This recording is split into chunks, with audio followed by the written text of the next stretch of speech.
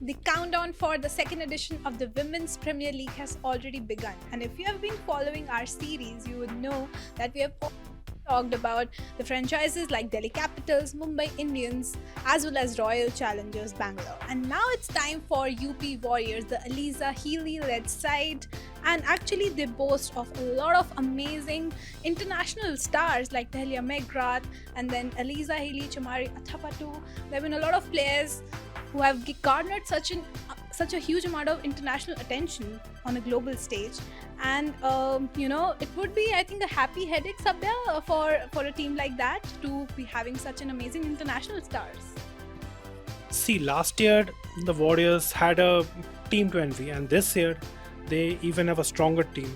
Now that they have roped in Chamari Athapattu and Danny White, that slot of overseas cricketers looks very dangerous, and now Warriors now will have a happy headache in choosing who will be their four foreigners.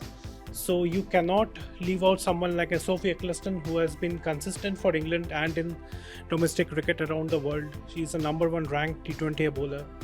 Then Alyssa Healy is a skipper, so she remains in the team.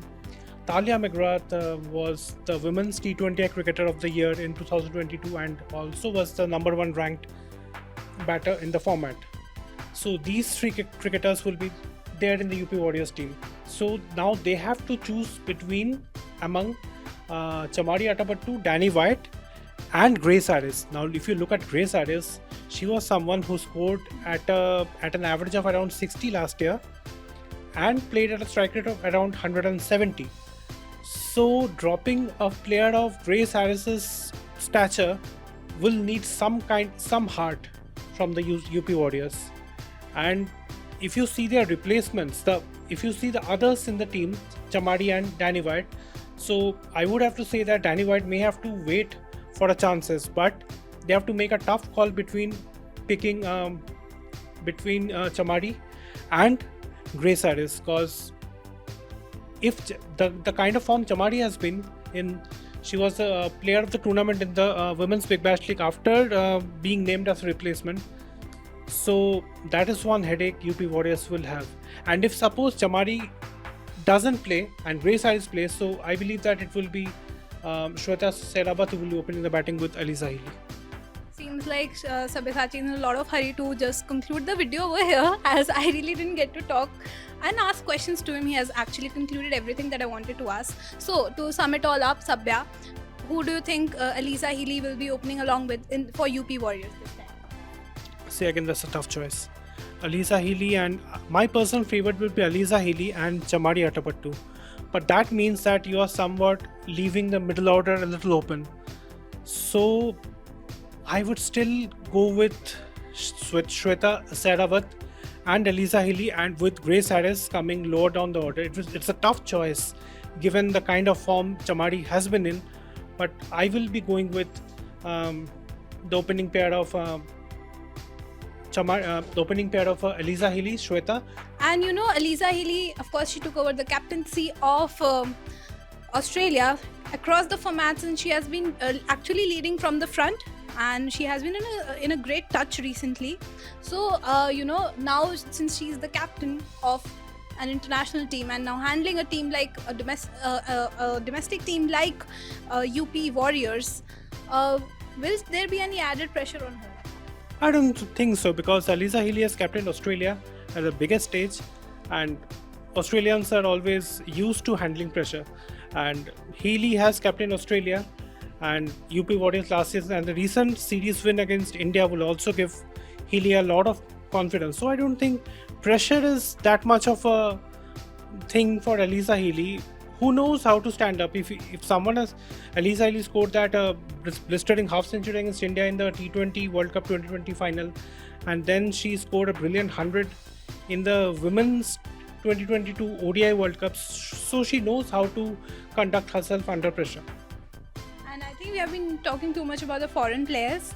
There is also a star player like Deepti Sharma, who has been in absolutely sensational form, especially in the home series for India against England as well as Australia.